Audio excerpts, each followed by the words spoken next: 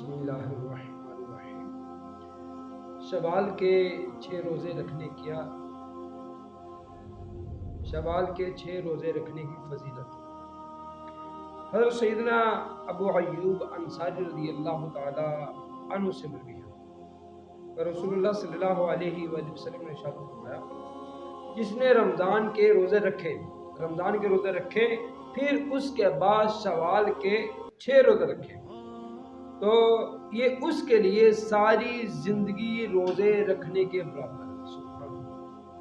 کہتے ہیں جس نے رمضان کے روزے رکھے اور رمضان کے روزے رکھنے کے بعد اسی بندے نے پھر شوال کے 6 روزے رکھے تو اللہ تبارک و تعالیٰ کیا فرمایا نبی علیہ السلام نے کہ یہ اس کے لیے ساری زندگی روزہ رکھنے کے برابر ہے، ساری زندگی روزے رکھنے کے برابر۔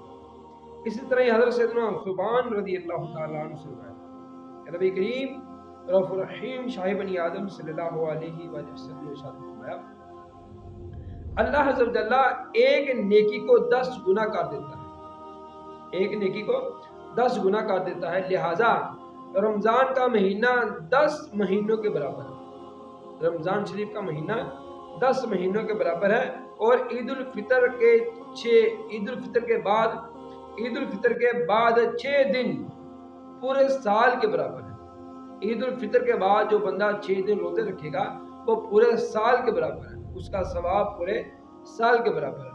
اور ایک روایت میں ہے کہ رمضان کے روزے 10 مہینوں کے روزوں کے برابر ہیں اور اس کے بعد 6 دن کے روزے 2 مہینوں کے برابر ہیں۔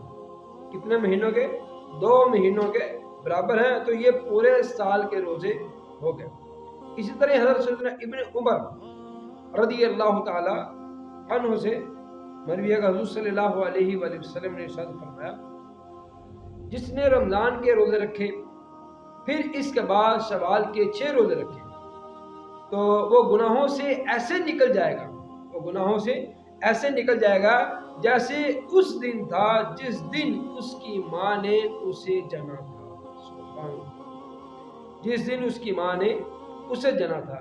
بندہ رمضان شریف کے روزے رکھنے کے بعد 6 شوال کے روزے رکھے گا تو وہ بندہ اسی طرح ہی ہو جائے گا جیسے کہ ابھی اپنی ماں کی پیٹ سے پیدا ہوا ہے، یعنی اس کے سارے گناہ اللہ تبارک و تعالیٰ معاف فرمائے۔